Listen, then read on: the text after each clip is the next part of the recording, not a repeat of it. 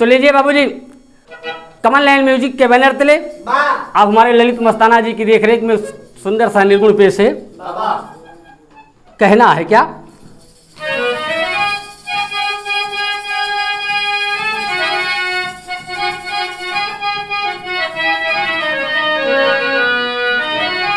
तो ऐसी रचना रचे विधाता, जोड़े जीव ब्रह्म का नाता। आता जगत में जो भी जाता हाथ पसार।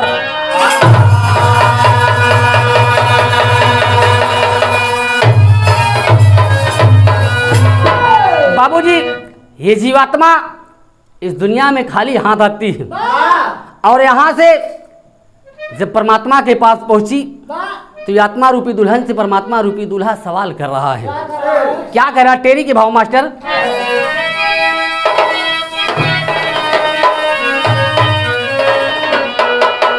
अरे राम बहाना नाही चली हैं गोरिया, कि दहिया साथ न जई हैं जब जई हैं परवाना। बहाना नाही चली हैं गोरिया। उठो के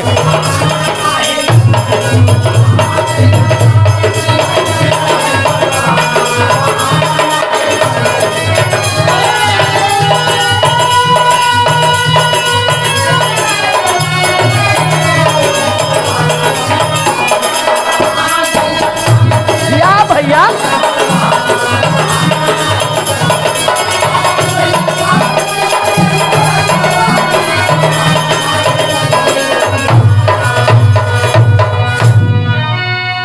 सवाल कर रहा है और याद दिला रहा है कि तुमने अपना सारा जीवन व्यर्थ गवा दिया। चौक में कहना मास्टर।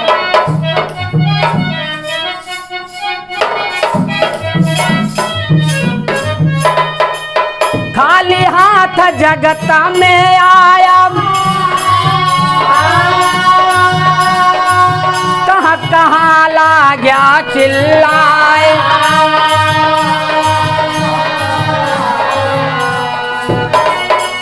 माया के झंझटा में पड़ी के माया काली हल्याय अपनाए।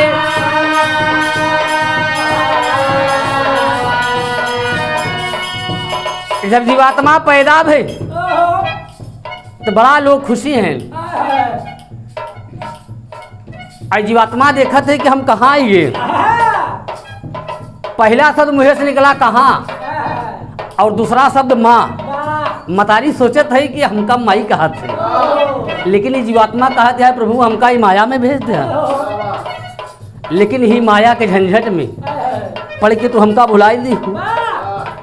माया खाया माया पहिरा,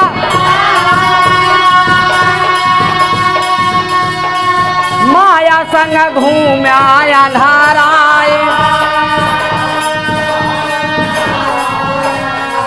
माया कई माया ना जाना, माया कई माया ना जाना।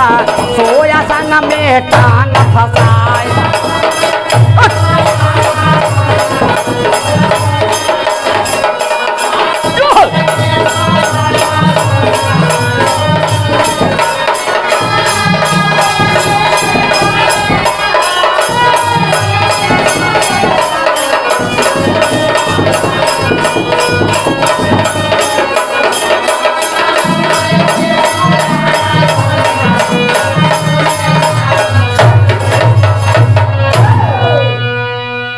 माया मनमति में भरमाए सिम, ब्रह्म ज्ञान से दूर भगाए सिम। अरे बताए स नाही हुई है एक दिन सब बेगाना। बहाना नाही चली है गोरी।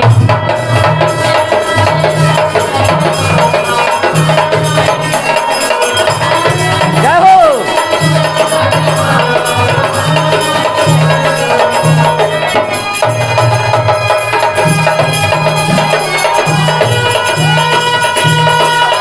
क्या करे जा?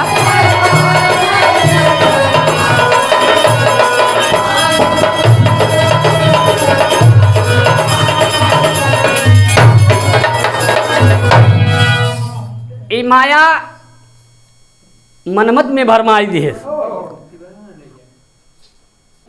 और ये जीवात्मा भूल गए अपने दुल्हा के। संदेश आवत है दुल्हा खिया से, इस जीवात्मा के परमात्मा समझावत बा, इतना संदेश भेजे समझ में नहीं आया। कौन कौन संदेश मास्टर?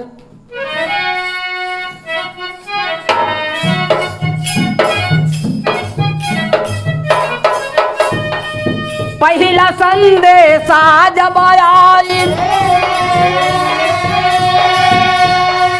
अगुआ बन के सारा मड़ा राय,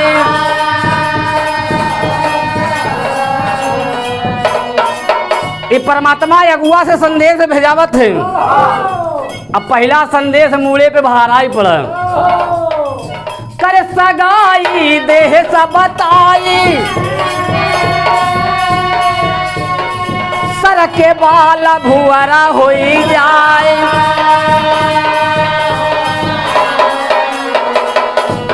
ये परमात्मा संदेश भेजावत है। पहला संदेश कि ख्याल कैला जथा बिना भेजे ही ओका कई के तब आवे के बा।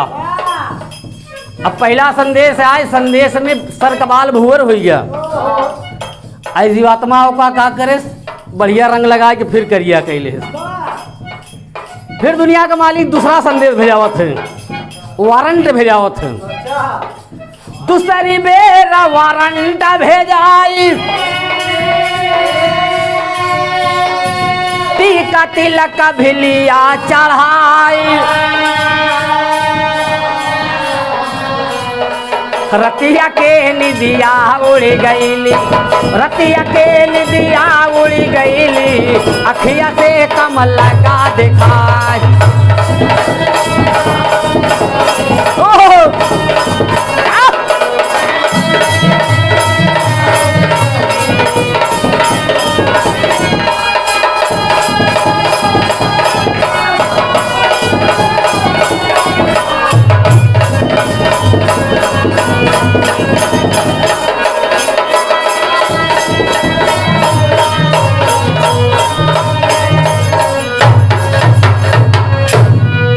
दुनिया के मालिक के दूसरा परवाना आई गए।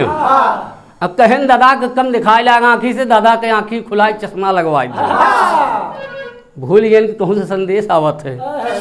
दुनिया का मालिक नाराज हो गए कि भेजा गैर तलब वारंट, भेजा गैर तलब वारंट,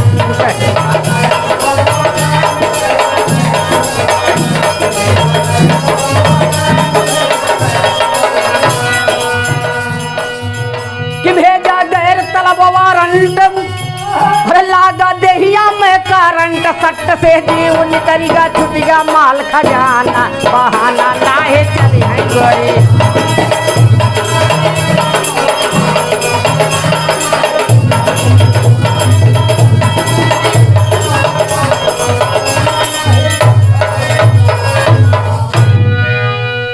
तीसरी बेर नान अलेबर वारंट भेजा दिए, आई गए लेके डाकिया लोग, कहीं रुझे तहीं माई से बतलाई ले, तहीं भैया से बतलाई ले, कहीं कुछ नहीं, सीधा चला दुल्हा का बुलावा आए हुए।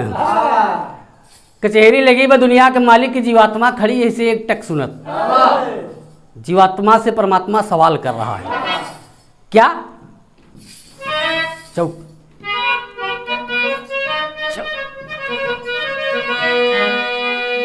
लगी कचहरी सजी मसेहरी,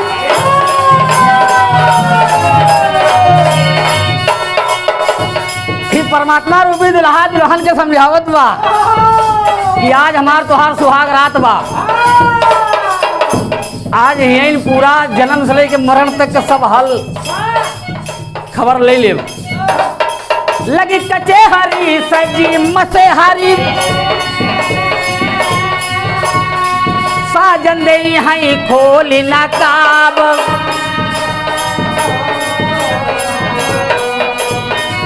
दुल्हनिया सोचे भाई जीवात्मा रूपी की दुल्हा से कुछ छुपाई ले, काय देखत रहे जान नहीं का, लेकिन वो सब जानत है। कच्चा चिट्ठा खुली सामने, हाँ ले है सब कुछ तोला हिसाब,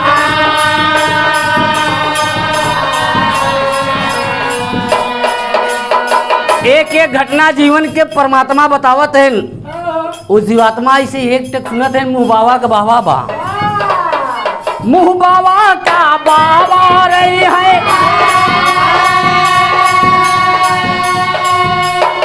नहीं सुझी है कोई जवाब।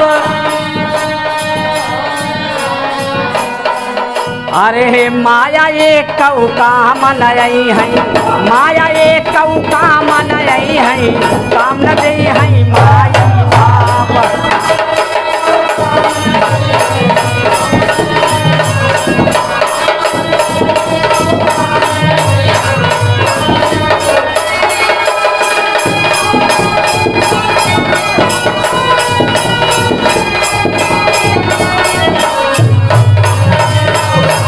क्या भैया, अरे धन हो लहरी गुरु।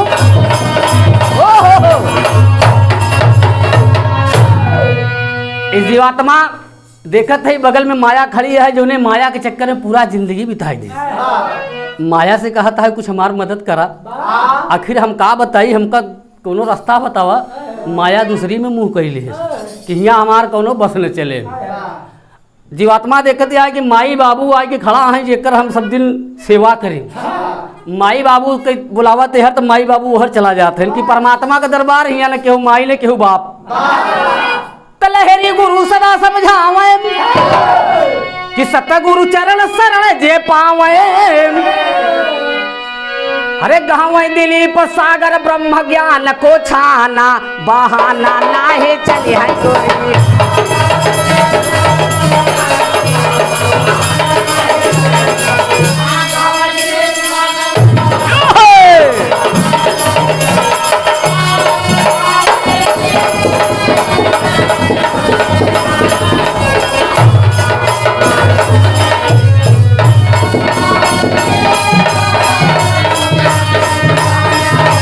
बहाना नाहे चली है गोरी।